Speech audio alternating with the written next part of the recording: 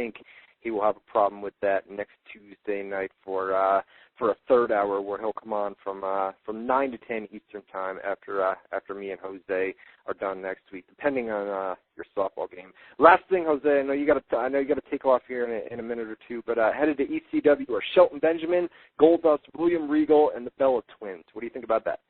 The Bella Twins, moving from SmackDown to Raw to ECW. The next way out is the door. That's my opinion about those. Who are the divas over on ECW? You know what I mean? I mean, who are they going to feud with? Exactly. They'll just probably escort someone else down to ringside, and once the time the cuts come in, I think them two will end up, unfortunately, kind of getting cut. William Regal, it's a good idea. He kind of takes over the Finley spot for SmackDown since he went to SmackDown. And Shelton Benjamin, which is probably the biggest catch out of all of them, right there automatically. You can put him against Tommy Dreamer and Christian. And Shelton Benjamin was the last one. Yeah, that's what I said, Shelton Benjamin. Oh, Shelton Benjamin, my bad.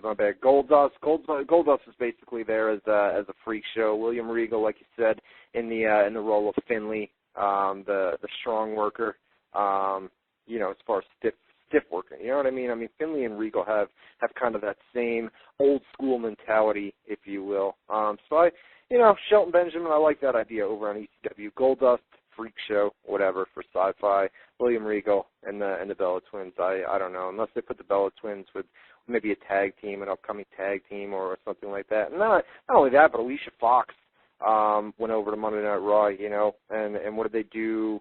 What do they do with her over on Raw? And what happens to DJ Gabriel as well? You know what I mean? We haven't seen. I'm sure they'll just excuse me. I'm sure they'll just repackage him, and right. He has that type of bodyguard kind of personality. So it might be smart enough to maybe grow a little beer or something like that, kind of draw in a biker's type of gimmick, but this time becomes a bodyguard, maybe a bodyguard of one of the female wrestlers. I think that's probably Kelly's bodyguard or something like that. Give him something to do, but.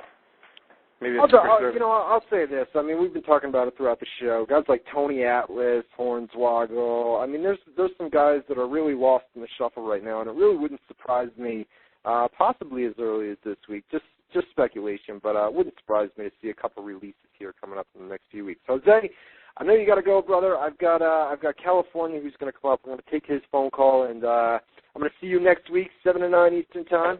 Tuesday night, man. I appreciate you staying late here, and I know you got a game to go to, so I will let you get on out of here. I'm tore down the house as always, baby, and I'll see you next week, buddy.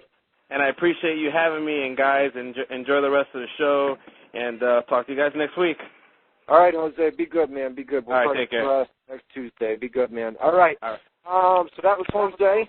Jose's got to go to a softball game right now. I'm going to take California's call right now. And then I'm going to do plugs and get on out of here. I think I'm going to be able to take California's call. Callie, are you there, buddy? Yeah. What's happening? What's up, man? Yeah, I think two quick, like a comment, I guess, on two questions. One, I think that Shelton Benjamin, people like him and the Gail Kims, I think that maybe WWE is making them kind of wait their turn, per se, to push them. Because I think Shelton should be pushed, because I remember on the Money in the Bank match, he climbed the ladder and he hit the flip. And it doesn't look that high. When you're climbing top of that ladder that big and look down, you're saying, whoa. One person who would have jumped over something like that, maybe like a New Jack would have jumped gladly, but, ain't too many New Jacks around no more. That was a crazy, crazy spot at WrestleMania. I think the problem with Shelton Benjamin is the mic work. You know what I mean? Oh, yeah. I mean, he's got the in-ring skills, but he's a little bit slow on the mic, and part of the reason that he's not pushed, but he's got all the talent in the world. You know what I mean? Yeah. I mean, he's got great talent. So we'll see what they do over on ECW. They took a bunch of guys off ECW, so maybe this is his time.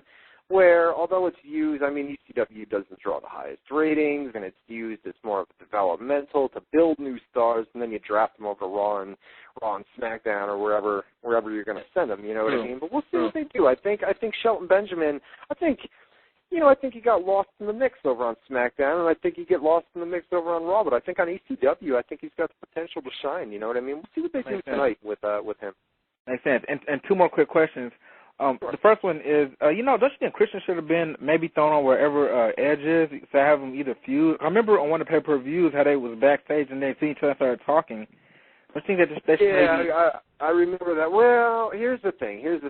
We're eventually going to see Christian and Edge. I mean, that time it's going to come. It's going to come, and it's not going to come right now. You know what I mean? And they drained the ECW last night. They took some of the top talents. I mean, the Hart Foundation and Evan Bourne were 4 guys or 3 guys and 1 girl that were pushed on a weekly basis over on ECW. You know, and I don't know. It'll be interesting, man. It'll be interesting. I mean, we're gonna see it eventually. But Christian is their top guy. Christian and Dreamer over there right now are the top guys, and you can't take I mean, I agree with you, man. I think Christian should have gone over SmackDown or Raw. You know what I mean? But I mean, what can we do about it? You know? Yes. And one more last question. I've seen the SAP and the UFC talk now, or MMA. First off, there wasn't a sellout. I thought it would be a sellout, but it didn't look like a sellout to me. But, I've seen the SAP and the Lashley fight, and, common sense. If you see it, he goes for the knee, kind of like Lesnar. Lesnar might go upper body, but Lashley goes for the legs. And while you over there bending down, and he took you down, and he beat you kind of easily.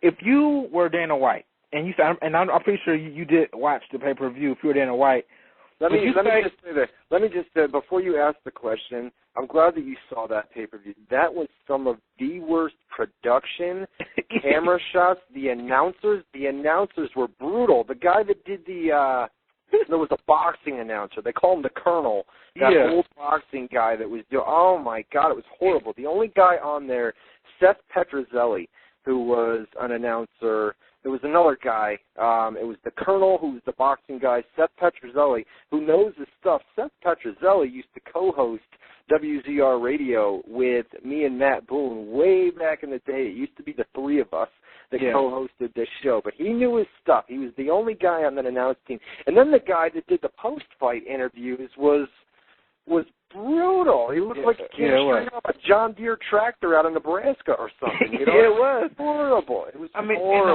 the lights, the production was baloney. It was like, it was so dark. You saw like the fans, and it's like a lot of empty seats. I said, what the hell? I thought that Sapp is gonna be there, and Lashley will be like a a sellout, something packed. But not a big. He really hasn't proven himself. What was that? His 4th fight. I think he's 4-0 now. So speaking of that, let's say you and Boone both